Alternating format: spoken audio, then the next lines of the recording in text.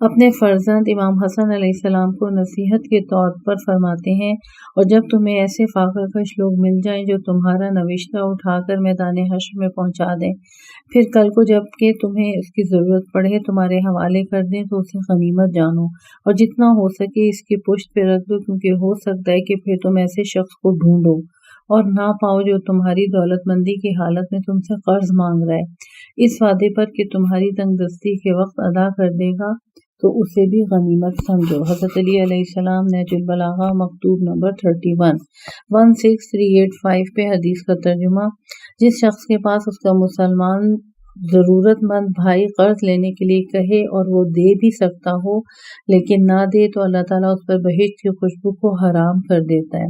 حضرت رسول اکرم صلی اللہ علیہ وآلہ وسلم، اعمالی صدوق، صفحہ نمبر 35 ہے اور حدیث نمبر 31 ہے۔ 3338 پر جو موضوع ہے اس سلسلے کا وہ ہے انذار الموسر، تنگ دست کو مہلت دینا۔ یہ قرض کے سلسلے کا دوسرا موضوع ہے۔ قرآن مجید کی سورہ بقرہ کی آیت نمبر 280 سے اس کا آغاز ہو رہا ہے۔ ترجمہ پڑھتے ہیں: اور اگر کوئی تنگ دست تمہارا قرض دار ہو تو اسے خوشحالی تک مہلت دو، اور اگر تم سمجھو تو تمہارے حق میں یہ زیادہ بہتر ہے کہ اصل بھی بخش دو۔ اس سلسلے کی حدیث کا مطالعہ کرتے ہیں۔ 16386 پر جو حدیث ہے اس کا ترجمہ: جو شخص کسی تنگ دست مقروض کو مہلت دے تو خدا پر حق ہو جاتا ہے کہ اس کو ہر روز صدقے کا اتنا ثواب عطا فرمائے جتنا اس کا قرض ہے، اور یہ سلسلہ اس کی مکمل ادائیگی تک جاری رہتا ہے۔ حضرت رسول اکرم صلی اللہ علیہ وآلہ وسلم کی بحار الانوار، جلد نمبر 103 ہے، صفحہ نمبر 151 ہے اور حدیث نمبر 17 ہے۔ 16387 پہ حدیث کا ترجمہ: جو کسی تنگ دست مقروض کو مہلت دے گا، خداوند عالم اسے اس یعنی قیامت کے دن اپنے سائے میں رکھے گا جس دن اس کے سائے کے بغیر کوئی اور سایہ نہیں ہوگا۔ حضرت رسول اکرم صلی اللہ علیہ وآلہ وسلم کی حدیث ہے اور کافی کی جلد 8 ہے، صفحہ نمبر 9 ہے اور حدیث نمبر 1 ہے۔ 16388 پہ حدیث کا ترجمہ: جب آپ صلی اللہ علیہ وآلہ وسلم مسجد میں داخل ہوئے تو فرمایا، تم میں سے کون ہے جسے یہ بات خوش کرتی ہے کہ اسے اللہ تعالیٰ جہنم کی وسعت اور کشادگی سے محفوظ رکھے؟ ہم سب نے عرض کیا، یا رسول اللہ، ہم سب کو یہی بات خوش کرتی ہے۔ آپ صلی اللہ علیہ وآلہ وسلم نے فرمایا، جو شخص کسی تنگ دست مقروض کو قرض کی ادائیگی میں مہلت دے یا اس سے قرض کا بوجھ اتارے تو اللہ تعالیٰ اسے کشادہ اور وسیع جہنم سے بچا لے گا۔ حضرت رسول اکرم صلی اللہ علیہ وآلہ وسلم، الترغیب و الترہیب، جلد نمبر 2 ہے، صفحہ نمبر 46 ہے اور حدیث نمبر 15 ہے۔ اگلی حدیث 16389 پہ: جو شخص کسی مومن کو قرض دے اور اسے اس کی خوشحالی تک ادائیگی کی مہلت دے تو اس کا قرض کا مال زکوٰۃ میں شمار ہوگا۔ قرض دینے والا ملائکہ کے درود و سلام میں شامل رہے گا اور قرض کی ادائیگی تک یہ سلسلہ جاری رہے گا۔ حضرت رسول اکرم صلی اللہ علیہ وآلہ وسلم، ثواب الاعمال، صفحہ نمبر 166 ہے اور حدیث اول ہے۔ 16390 پر حدیث کا ترجمہ: جو شخص اپنے مقروض کی تکلیف کو دور کرے یا اپنے قرض پر قلم پھیر دے تو وہ قیامت کے دن عرش کے سائے میں ہوگا۔ رسول اکرم صلی اللہ علیہ وآلہ وسلم، کنز الاعمال کی حدیث نمبر 15379۔ 16391 پہ: جو شخص یہ چاہتا ہے کہ اس کی دعا منظور ہو اور اس کے دکھ دور ہوں تو اسے چاہیے کہ تنگ دست مقروض کو مہلت دے۔ حضرت رسول اکرم صلی اللہ علیہ وآلہ وسلم، کنز الاعمال، حدیث نمبر 15398۔ 16392 پر حدیث کا ترجمہ: تم اپنے حق کو ضرور حاصل کرو لیکن مستحسن طریقے سے، خواہ پورا ملے یا ادھورا۔ حضرت رسول اکرم صلی اللہ علیہ وآلہ وسلم، کنز الاعمال کی حدیث نمبر 15405 ہے۔ 16394 پہ حدیث کا ترجمہ: تم لوگوں سے پہلے کی بات ہے کہ ایک شخص کا محاسبہ کیا گیا تو اس کے اعمال نامے میں اس کے سوا اور کچھ نہیں تھا کہ وہ ایک مدمول انسان تھا۔ اور لوگوں کے ساتھ میل جول رکھتا تھا۔ اپنے ملازمین سے کہتا تھا کہ تنگ دست مقروض سے درگزر سے کام لیا جائے۔ اس پر اللہ تعالیٰ نے فرمایا ایسا کرنے کا تو ہم پر زیادہ حق بنتا ہے، لہٰذا اس شخص کے گناہوں سے درگزر کیا جائے۔ حضرت رسول اکرم الترغیب والترہیب جلد نمبر 2 ہے، صفحہ نمبر 44 ہے اور حدیث نمبر 7 ہے۔ 16395 پہ حدیث کا ترجمہ۔ جس طرح تمہارے مقروض کے لیے یہ بات جائز نہیں ہے کہ مال کے ہوتے ہوئے تمہارے قرض کی ادائیگی میں ٹال مٹول سے کام لے، اسی طرح تمہارے لیے بھی جائز نہیں کہ اس کی تنگ دستی کے بارے میں علم رکھتے ہوئے اس پر سختی کرو۔ حضرت رسول اکرم صلی اللہ علیہ وآلہ وسلم ثواب الاعمال صفحہ نمبر 167 ہے، حدیث نمبر 5 ہے۔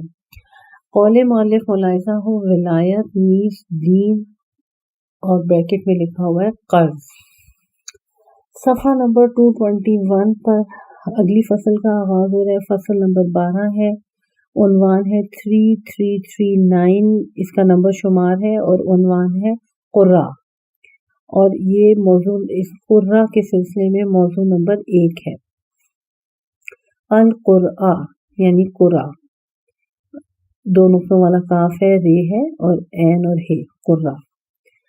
قرہ کے سلسلے میں آل عمران کی آیت نمبر 44 سے اس کا آغاز ہو رہا ہے کہ اے رسول صلی اللہ علیہ وآلہ وسلم، یہ بات غیب کی خبروں میں سے ہے جس کی ہم تمہیں وحی کرتے ہیں، تم تو ان یعنی مریم کے سرپرستوں کے پاس موجود نہیں تھے جب وہ لوگ اپنے قلم یعنی پانی میں بطور قرہ ڈال رہے تھے کہ کون مریم کی کفالت کرتا ہے، تو تم اس وقت بھی ان کے پاس موجود نہیں تھے جب وہ آپس میں جھگڑ رہے تھے۔ پس اہل کشتی نے قرہ ڈالا، یونس علیہ السلام کا نام نکلا اور وہ اس کو دریا میں گرائے جانے والوں میں سے تھے۔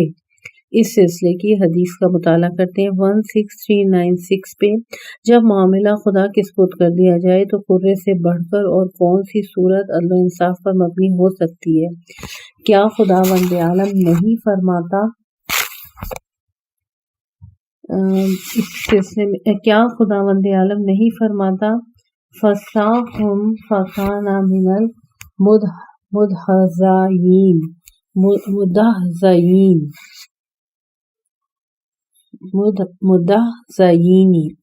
حضرت امام جعفر صادق علیہ السلام۔ من لا یعذر الفقہ ہے، امام جعفر صادق علیہ السلام کی حدیث ہے، جلد نمبر 3 ہے، صفحہ نمبر 92 ہے اور حدیث نمبر 3391 ہے۔ 16397 پر حدیث کا ترجمہ۔ جس معاملے میں قرآن اندازی کی جائے اس سے بڑھ کر اور کون سا معاملہ عدل و انصاف پر مبنی ہو سکتا ہے، جس کے بارے میں اللہ تعالیٰ فرماتا ہے فَسَاهَمَا فَكَانَ مِنَ الْمُدْحَضِينَ۔ اب ذرا زیادہ واضح کر کے لکھا ہوا تھا اس لیے آسانی سے پڑھا گیا، فَسَاهَمَا فَكَانَ مِنَ الْمُدْحَضِينَ۔ پھر فرمایا جس معاملے میں دو انسان اختلاف کرتے ہیں ان کی اصل بھی کتاب اللہ یعنی قرآن پاک میں موجود ہے، لیکن وہاں تک لوگوں کی عقلوں کی رسائی نہیں ہوتی۔ امام جعفر صادق علیہ السلام کافی کی جلد نمبر 7 ہے اور صفحہ نمبر 148 ہے اور حدیث نمبر 1 ہے۔ 16398 پر حدیث کا ترجمہ۔ سب سے پہلے جس کے بارے میں قرآن اندازی کی گئی وہ مریم بنت عمران ہے، جن کے بارے میں خداوند عالم فرماتا ہے وَمَا كُنْتَ لَدَيْهِمْ إِذْ يُلْقُونَ أَقْلَامَهُمْ، سورہ آل عمران کی آیت نمبر 44۔ اگلی حدیث 16399 پہ ہے۔ جس معاملے میں چند لوگوں نے قرآن اندازی کی اور اپنا معاملہ اللہ کے سپرد کر دیا تو صحیح معنی میں حقدار کے نام کا قرآن نکلے گا۔ امام محمد باقر علیہ السلام من لا یعذر الفقہ ہے، جلد نمبر 3 ہے، صفحہ نمبر 92 ہے۔ 16400 پہ حدیث کا ترجمہ۔ یمن میں حضرت علی علیہ السلام کے پاس ایسے 3 لوگوں کو لایا گیا جنہوں نے ایک عورت سے ایک ہی وقت میں ہم بستری کی تھی اور اس سے بچہ پیدا ہو گیا تھا۔ آپ نے ان میں سے 2 آدمیوں کو اکٹھا بلا کر پوچھا کیا تم اس بات کو تسلیم کرتے ہو کہ یہ بچہ اس شخص کا ہے؟ انہوں نے انکار کیا۔ پھر دوسرے 2 کو اکٹھا کر کے یہی سوال کیا تو انہوں نے بھی انکار کیا۔ اسی طرح تیسری مرتبہ مرتبہ پھر اور 2 کو بلایا اور پوچھا تو انہوں نے بھی انکار کیا۔ اس پر آپ علیہ السلام نے قرآن نازل فرمائی اور جس کے نام قرہ نکلا بچہ اسے دے دیا، نیز اس کے ذمہ 2/3 دیت مقرر فرمائی۔ چنانچہ جب یہ ماجرا حضرت رسول خدا کے سامنے ذکر ہوا تو آپ اس قدر مسکرائے کہ آپ کے دندان مبارک ظاہر ہو گئے۔ سنن ابن ماجہ حدیث نمبر 2348۔ 16401 پہ حدیث کا ترجمہ۔ جب حضرت پیغمبر خدا صلی اللہ علیہ وسلم نے حضرت علی علیہ السلام سے یمن میں عجیب واقعات کے بارے میں پوچھا تو انہوں نے یہ عجیب واقعہ بیان فرمایا۔ میرے پاس کچھ افراد آئے جنہوں نے ایک لونڈی کو خریدا اور سب نے ایک ہی توہر میں اس سے ہم بستری کی، جس سے ایک لڑکا پیدا ہوا۔ اس کے بارے میں ان میں جھگڑا ہونے لگا، ہر ایک یہی کہتا تھا کہ لڑکا اس کے پاس۔ میں نے ان کے درمیان قرآن نازل کی اور جس کے نام کا قرآن نکلا میں نے لڑکا اس کو دے دیا، لیکن ان سے اس کے حصے کی ضمانت لی۔ اس پر حضرت صلی اللہ علیہ وسلم نے فرمایا، چند لوگ جب آپس میں جھگڑا کریں اور پھر اپنا معاملہ خدا کے سپرد کر دیں تو حقدار کو اس کا حصہ مل جاتا ہے۔ شیخ صدوق علیہ رحمہ نے اس روایت کو حضرت امام محمد باقر علیہ السلام سے بیان کیا، البتہ جھگڑا کریں کی جگہ پر قرہ ڈالیں فرمایا ہے۔ حضرت علی علیہ السلام وسائل الشیعہ جلد نمبر 18 صفحہ نمبر 188 اور حدیث نمبر 5۔ اس سلسلے کی اگلی حدیث 16402 پر جب حضرت پیغمبر خدا صلی اللہ علیہ وسلم سفر پر تشریف لے جاتے تھے تو اپنی ازواج کے درمیان قرہ ڈالتے تھے۔ حضرت عائشہ رضی اللہ تعالیٰ عنہ وسائل الشیعہ جلد نمبر 18 صفحہ نمبر 188 ہے اور حدیث نمبر 6 ہے۔ 16403 پر حدیث کا ترجمہ۔ ہر نامعلوم معاملے میں قرآن اندازی کی جائے۔ امام موسیٰ کاظم علیہ السلام من لا یعذر الفقہ جلد نمبر 3 اور صفحہ نمبر 92۔ اس پارٹ کا یہیں پر اختتام ہوتا ہے۔ ابھی کتاب میزان الحکمت جلد نمبر 8 جاری و ساری ہے۔